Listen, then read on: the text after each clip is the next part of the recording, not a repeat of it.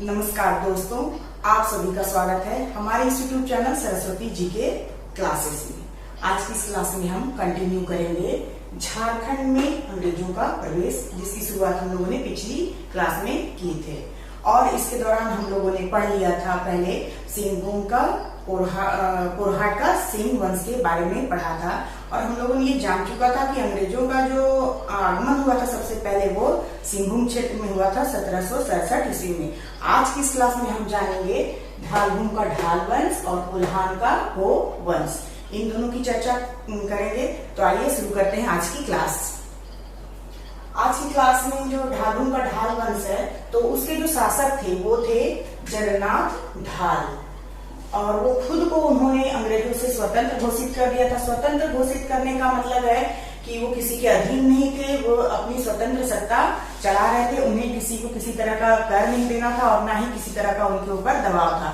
इस तरह से जो जगन्नाथ ढाल थे उन्होंने अपने आप को स्वतंत्र घोषित कर रखा था और अंग्रेजों को जो पहले कर दिया जाता था उसे देना बंद कर दिया था। इस चीज से तंग आकर कंपनी सरकार ने, यानी कि जो ईस्ट इंडिया कंपनी थी, उसने लेफ्टिनेंट रूक के नेतृत्व में एक सेना भेजी थी। लेफ्टिनेंट रूक के नेतृत्व में ऐसा क्वेश्चन पूछा जा सकता है कि जगन्नाथ ढाल ने जब अपने आप को स्वतंत्र घोषित कर दिया था तो कंपनी सरकार ने किसके नेतृत्व में सेना भेजी थी? तो ये भेजी थी लेफ्टिनेंट रूक के नेतृत्व में। जगन्नाथ उस समय जब सेना यहाँ भेजी जाती है तो जो जगन्नाथ ढाल थे वे यहाँ से भाग निकलते हैं, लेकिन उनके जो भाई थे नींबू ढाल वो पकड़े जाते हैं। फिर दोबारा जो है ढालभूम पे नियंत्रण करने के लिए अंग्रेजों की ओर से एक और अंग्रेजी अधिकारी को भेजा जाता है, जो थे कैप्टन चार्ल्स मॉर्गन को भेजा जाता है, जिन्हें यहाँ बहुत ही संघर्ष करना पड़ता है। और अंत में अंग्रेजों ने जगन्नाथ ढाल को अपने अधीन वो नहीं कर पाते हैं और वे क्या करते हैं कि नींबू ढाल उनके भाई थे उन्हीं को वे शासक घोषित कर देते हैं। यानी कि ढाल भूम का शासक किसे घोषित कर दिया जाता है? नींबू ढाल को कर दिया जाता है। लेकिन जो जगन्नाथ ढाल थे वो भी हार नहीं मानते हैं, वे लगातार 10 वर्षों तक संघर्ष जो है अंग्रेजों से करते रहते हैं। और इस तरह से जो अंग्रेज हैं वे अंत में उनसे परेशान हो जाते हैं और लास्टली वो क्या करते हैं कि जगन्नाथ ढाल को ही शासक घोषित कर देते हैं। और ये कब हुआ था? जगन्नाथ ढाल को अंग्रेजों ने शासक कब घोषित किया था? तो ये किया था 1777 ईस्वी में। तो ये और उनसे क्या करते हैं कि कर वसूलने लगते हैं, यानी कि जगन्नाथ ढाल राजा बन जाते हैं और वे अंग्रेजों को कर देना स्वीकार कर लेते हैं। तो ये तो था हमारा ढालभूम का ढाल वंश। अब हम देखेंगे कोल्हान का हो वंश।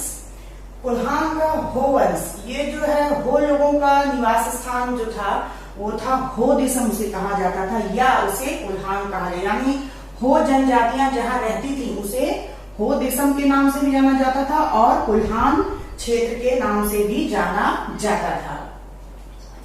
हो द्वारा बार बार विद्रोह हो रहा था। हो जो जनजातियां थी वे बार बार अपने आप को स्वतंत्र करने के लिए बार बार विद्रोह कर रही थी और इससे तंग आकर उनके विद्रोह पर अंकुश लगाने के लिए जो कंपनी सरकार थी, जो ईस्ट इंडिया कंपनी के जो अधिकारी थे वे उनके एक अधिकारी थे मेजर टी.एस. विल्किंसन।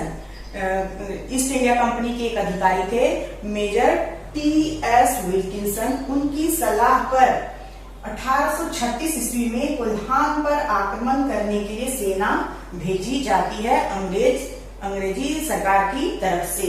और जो सेना भेजी जाती है उसके नेतृत्व करता रहते हैं ब्रिटिश फौज के कर्नल रिचार्ड। ब्रिटिश फौज के कर्नल रिचार्ड जो है उन्होंने ये जो सेना भेजी जाती है उनका नेतृत्व किया था। और सलाह इसकी किसने दी थी? ये दी थी टी.एस. विल्किंसन ने सलाह दी थी। फिर अंततः 1837 ईस्वी में हो जनजातियों ने आत्मसमर्पण कर दिया, क्योंकि अंग्रेजों से वो हार जाते हैं और लास्टली वो आत्मसमर्पण कर देते हैं और कंपनी को डायरेक्ट कर देना स्वीकार करते हैं। वो कंपनी को डायरेक्ट कर देने के लिए स्वीकार कर लेते हैं और आत्मसमर्पण लास्ट में कर देते हैं। फिर इस प्रकार कंपनी को दीवानी प्राप्त होने के 72 वर्षों के बाद कोल्हान क्षेत्र पर अधिकार स्थापित हो जाता है।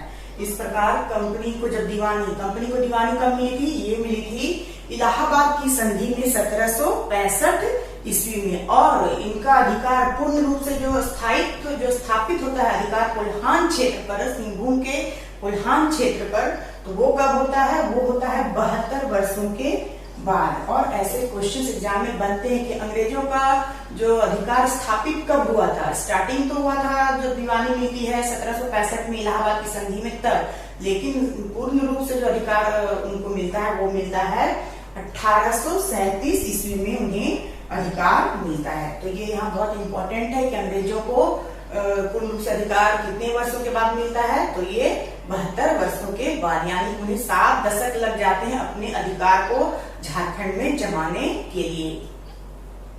अब आता है छोटा नागपुर खास के बारे में हम जानेंगे कि वहां पे अंग्रेजों का प्रवेश किस तरह से हुआ।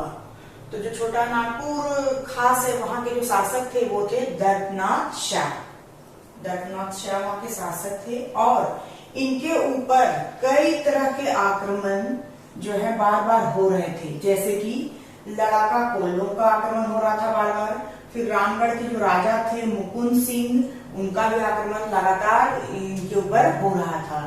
इन सब से परेशान होकर जो दर्पनाथ शाह है, उन्होंने अंग्रेजों की अधीनता को स्वीकार करना ही ज्यादा अच्छा समझा, और वे अंग्रेजों के अधीन आ जाते हैं।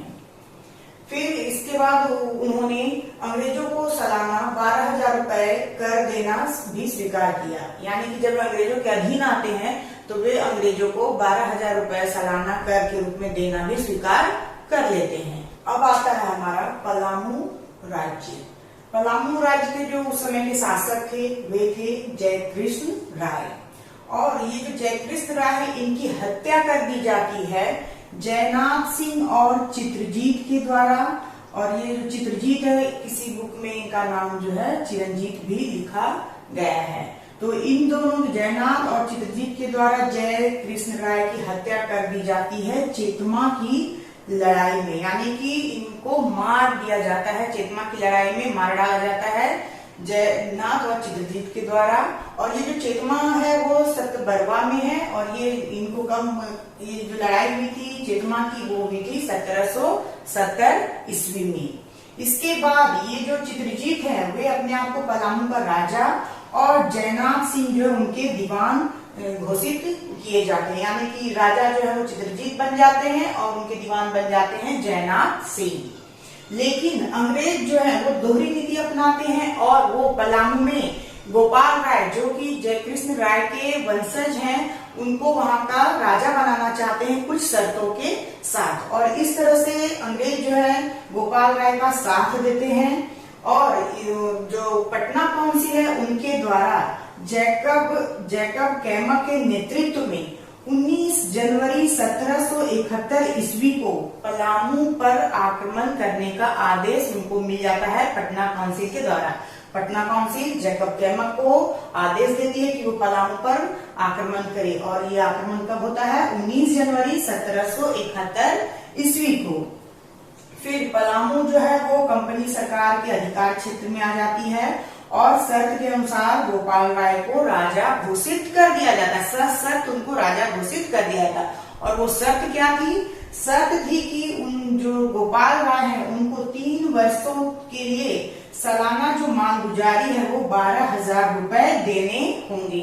जो गोपाल राय है उनको कंपनी को सालाना 12,000 रुपए जो है मालगुजारी के रूप में देने होंगे। ये शर्त थी अंग्रेजों की जब उन्होंने गोपाल राय को पलामू का राजा बनाया था, और इस तरह से जो पलामू है वो अंग्रेजों के अधीन आ जाता है। तो पलामू पे भी अंग्रेजों का अधिकार हो जाता है। तो इस तरह से हम लोगों ने अभी छोटा नागपुर भी देख लिया और पलामू भी देख लिया। अब इसके बाद जो बचे हुए पार्ट हैं उसको हम लोग नेक्स्ट वीडियो में कवर करेंगे। अगर एक ही वीडियो में सारे पार्ट कवर करते हैं तो वीडियो बहुत लंबा हो जाता है, जिससे कि वो बोरिंग भी हो जाएगा और उतना समझ में भी ठीक से नहीं आएगा। तो आज के लिए बस इतना ही। नेक्स्ट वीडियो में हम फिर मिलेंगे इसके नेक्स्ट पार्ट के साथ। तब तक के लिए धन्यवाद। जय हिंद, वंदे मातरम।